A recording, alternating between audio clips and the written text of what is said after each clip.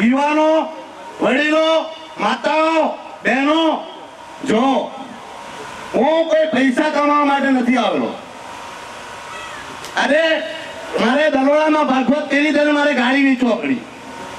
આજે ચૂંટણી લડવા માટે મારે સ્કૂલની જમીન વેચવી પડી.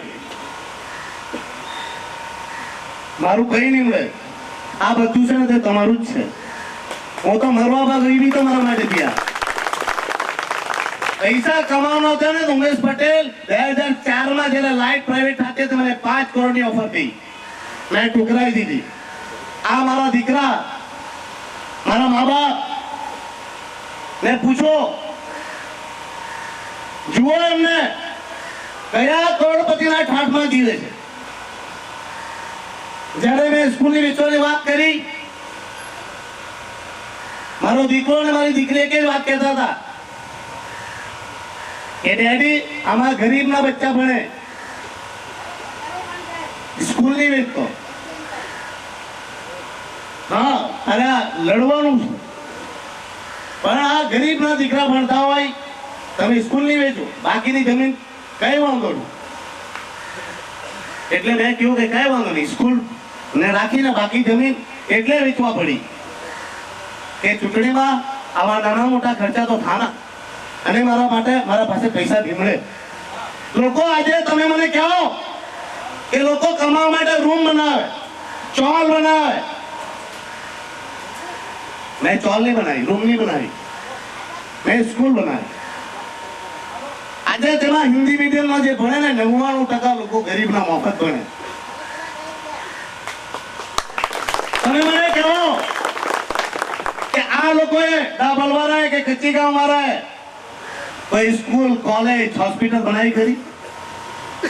ચાહે તે લોકો નહીં બનાવી શકતા. આજે મોહન ડેલકર SSR કોલેજ બનાવે, શું આ લોકો નહીં બનાવી શકતા? કચ્ચી ગાંવ વાળો નહીં બનાવી શકતા? આજે રોજની 25 લાખ રૂપિયા જો કમાતો હોય, મને વાત પડી કે ભાજપની ટિકિટમાં તો 15 કરોડ રૂપિયા આપી શકતા હોય, તો દમણ દીવના લોકો માટે હોસ્પિટલ કે સ્કૂલ નહીં બનાવી શકે? બનાવી એ લોકોએ. આજે મેં બનાવી, મેં સ્કૂલ બનાવી, મેં ઘર નહીં બનાવ્યું. આજે બી મારે સ્કૂલમાં કમરો બનાવીને રહેવા પડે ને તેમાં મને કોઈ ગમ નહીં મળે. મારા મા બાપોને મને ઊંઘવા નહીં પડે, એ બિચારા પોતાનું કરી લે. મારા મા બાપ મને કહે, જ્યારે હું જ્યારથી આવ્યો 27 દિવસ રહીને, મારા મા બાપ મને કહેતા હતા કે હવે બહુ થઈ ગયું, તને તારી પડેલી નહીં મળે, તારા 2 દીકરા, 1 દીકરી ને 1 દીકરો છે, તારો ભાઈ બી નહીં મળે, તારા ભાઈ ના બી 2 દીકરા છે, તને મારી ચિંતા નથી. તો મને મારા ભરેલા ભાઈની ચિંતા થાય, કેમ કે મારા પાસે તો મારી પરિવારને, મારા કોયલાને મારી ઘરવાળી જોઈ લે.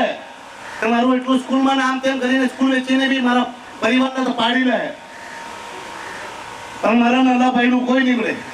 મેં મારા પપ્પાને ત્યારે જ કીધેલું, પપ્પા મને કઈ જોઈએ નહીં, તારી રૂમ કે પ્રોપર્ટી મારા મા બાપને પૂછો કસમ ખવડાવીને. એને કીધેલું કે મારા મા બાપની આ તમામ જમીન જાયદાદ બધી મને નહીં જોઈએ, મારા ભાઈની. મારા પપ્પા મને ઘણી વાર કહે કે તારી ચિંતા નહીં કરે તો પેલા બહેની તો ચિંતા કર. મેં હર હંમેશ કહું કે પપ્પા નસીબ લઈને આવેલા એને, જેની કિસ્મતમાં જે લખેલું હોય તે થાય. કેમ કે આપણા માટે તો હર કોઈ જીવે, દમણ દીવના લોકો માટે કોઈ જીવવા વાળું નથી. ઊંડી ગરીબી જોઈ છે ના, મેં તો એવી ગરીબી જોઈ છે કે મારું ઘર કઈ મોટું નહીં હતું. તમને બધાને ખબર, અમારું ઘર તો એટલું નાનું કે પ્લાસ્ટિક લખવા પડતું અને વોલ ની હતી. અમારું તો ઝૂંપડું હતું અને એ ઝૂંપડામાં વરસાદ પડે, પ્લાસ્ટિક ફાટેલું હોય તો રાતના પાણી ગળતું હતું. અમે તો એ ગરીબીમાં જોયા છે. મને ખબર ગરીબી શું છે. અને ગરીબીમાં મને ખબર કે આ ગરીબ જયારે મારે તેની ઘરે કોઈ ખાન મારવા નહીં જાય ને પૈયા વાળાની ઘેર તો બધા ઉબડા પડી જાય. મેં કોઈ દિવસ મારા પપ્પા પર સાયકલ, કપડા નથી માંગ્યા. બાબુ કેતી પાસે કામ કરી ફેક્ટરીઓમાં કામ કરીને અહીં સુધી પહોંચ્યો. બાકી મેં તમને ગજુભાઈ, શાંતુભાઈઓની વાત કરી. પૈસા જ કમાવાનો હોતે ઉમેશ પટેલ ક્યાં હોતે? આજે એ લોકો એમ કે એનજીઓ માં કમાયો. અરે કઈ ગાડી ઓડી લઈને ફરું છું, કઈ મારા પાસે મર્સિડીઝ છે, કયો મારા પાસે બંગલો છે, મારા પાસે શું છે? આજે મેં 3 વાર એટેક ખાધા, 23 વાર એફઆઈઆર ખાધી, વારંવાર જેલમાં ગયો. મારા પરિવારને શું મળ્યું? મારા પરિવારને ને મને એવું તો શું ફાયદો થયો? અરે મેં આખી જિંદગી અરે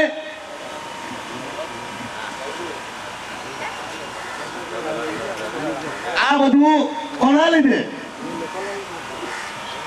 આ બધા માર ખાધો મેં? જયારે આ લાઈફ પ્રાઇવેટ કરવા નીકળ્યા, આ બાપ દીકરા 100 કરોડમાં મને 5 કરોડની ઓફર કીધી, મેં નહીં લીધી, રેલી કાઢી. ત્યારે આ થયું બધું મારા પર. આજે મારા માટે એમ કે ઉમેશ પૈયા માટે ઉભી રહ્યો, શરમ લાગવી જોઈએ એ લોકોને. અરે જે માણસ ડાબર વાળા જે નેતા છે એ પણ લોકોની ઘરે ટ્રકમાં બાટલા લઈ જતા હતા, ડ્રાઇવિંગ કરતા હતા, રૂપિયા ક્યાંથી લાવ્યા? જમીન લોકોની છીનવી લીધી, હપ્તાઓ ખાઈ. ત્યાં કચ્છી વાળો ભાઈ બી ક્યાંથી રૂપિયા લાવ્યા? રૂપિયાની કોઈ દિવસ આપ કદર ઉમેશ પટેલે નથી કરી. મેં જિંદગી અને જીવનના દાવ પર લગાવીને રમ્યો છું તમારા માટે, ના લડ્યો છું તમારા માટે. વોટ મને નથી જોઈતા, વોટ દમણ દીવની જનતા માટે માંગી રહ્યો છું. એક વાર ખાલી લાવીને જુઓ,